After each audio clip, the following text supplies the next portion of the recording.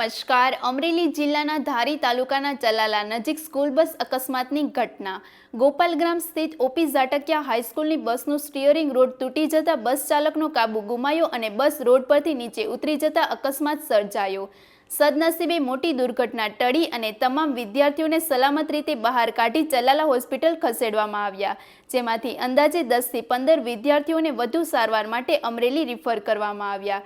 ઘટનાની જાણ થતાં પોલીસ તાત્કાલિક સ્થળ પર પહોંચી રેસ્ક્યુ કામગીરી હાથ ધરી હતી. સાથે જ સ્થાનિક આગેવાનો અને ધારાસભ્ય જેવી કાકડિયા સહિતના આગેવાનો હોસ્પિટલ ખાતે પહોંચી વિદ્યાર્થીઓની સારવાર અંગે માહિતી મેળવી. હાલ તમામ વિદ્યાર્થીઓની સ્થિતિ સ્થિર હોવાનું જાણવા મળ્યું.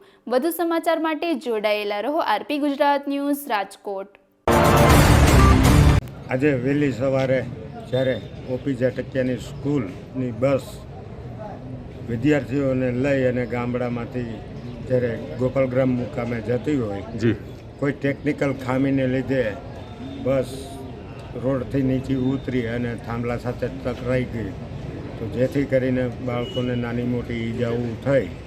તો આજ રોજ અત્યારે હું અમારા ધારાસભ્ય શ્રી જયભાઈ કાકડિયા, નગરપાલિકા પ્રમુખ જયરાજભાઈ તથા આજુબાજુના સરપંચશ્રીઓ તથા વાલીઓ બધા દવાખાને તપાસ કરવા અને વ્યવસ્થામાં હાજર છીએ. આજે વહેલી સવારે અમને ટેલિફોનિક જાણ થઈ કે બાળકોને લઈને જતી સ્કૂલ બસ દાનેવ ગુરુકુળની બાજુમાં ટેકનિકલ ખામીના હિસાબે રોડથી સાઈડમાં ઉતરી જતા સ્કૂલ બસમાં સવાર બાળકોને નાની મોટી ઈજાઓ થઈ હોય. તાત્કાલિક 108 ચલાલા નગરપાલિકાની એમ્બ્યુલન્સ સહિતના વાહનો સાથે બાળકોને સિવિલ હોસ્પિટલ ખાતે પહોંચાડતા એમની પ્રાથમિક સારવાર તેમજ જે લોકોને જરૂરિયાત હતી સામાન્યથી વધારે જેમની ઈજા હોય એવા બાળકોને અમરેલી રિફર કર્યા છે. અને આ જાણ થતાં ધારાસભ્ય શ્રી જયભાઈ કાકડિયા, પૂજ્ય મહાવીર બાપુ, ગોપાલગ્રામના સરપંચ શ્રી હરેશભાઈ, માણાઓના સરપંચ શ્રી જસકુભાઈ તેમજ વાલીઓને જાણ થતાં હોસ્પિટલ ખાતે દોડી આવ્યા હતા. પોલીસ પરિવાર પણ વ્યવસ્થામાં આજે ઉપસ્થિત હોય. કોઈ દાન મહારાજની કૃપાથી કોઈ વધારે ઈજા ગંભીર ના હોય, સામાન્ય નાની મોટી ઈજાઓ હોય. ડૉક્ટર વાળા સાહેબ સહિતની ડૉક્ટરોની ટીમ પણ સેવામાં ખડા પગે હોય, એટલે કોઈ ચિંતાનો વિષય નથી. આખી ટીમ ખડે પગે છે અને બાળકોને પ્રાથમિક સારવાર આપી દેવામાં આવી છે.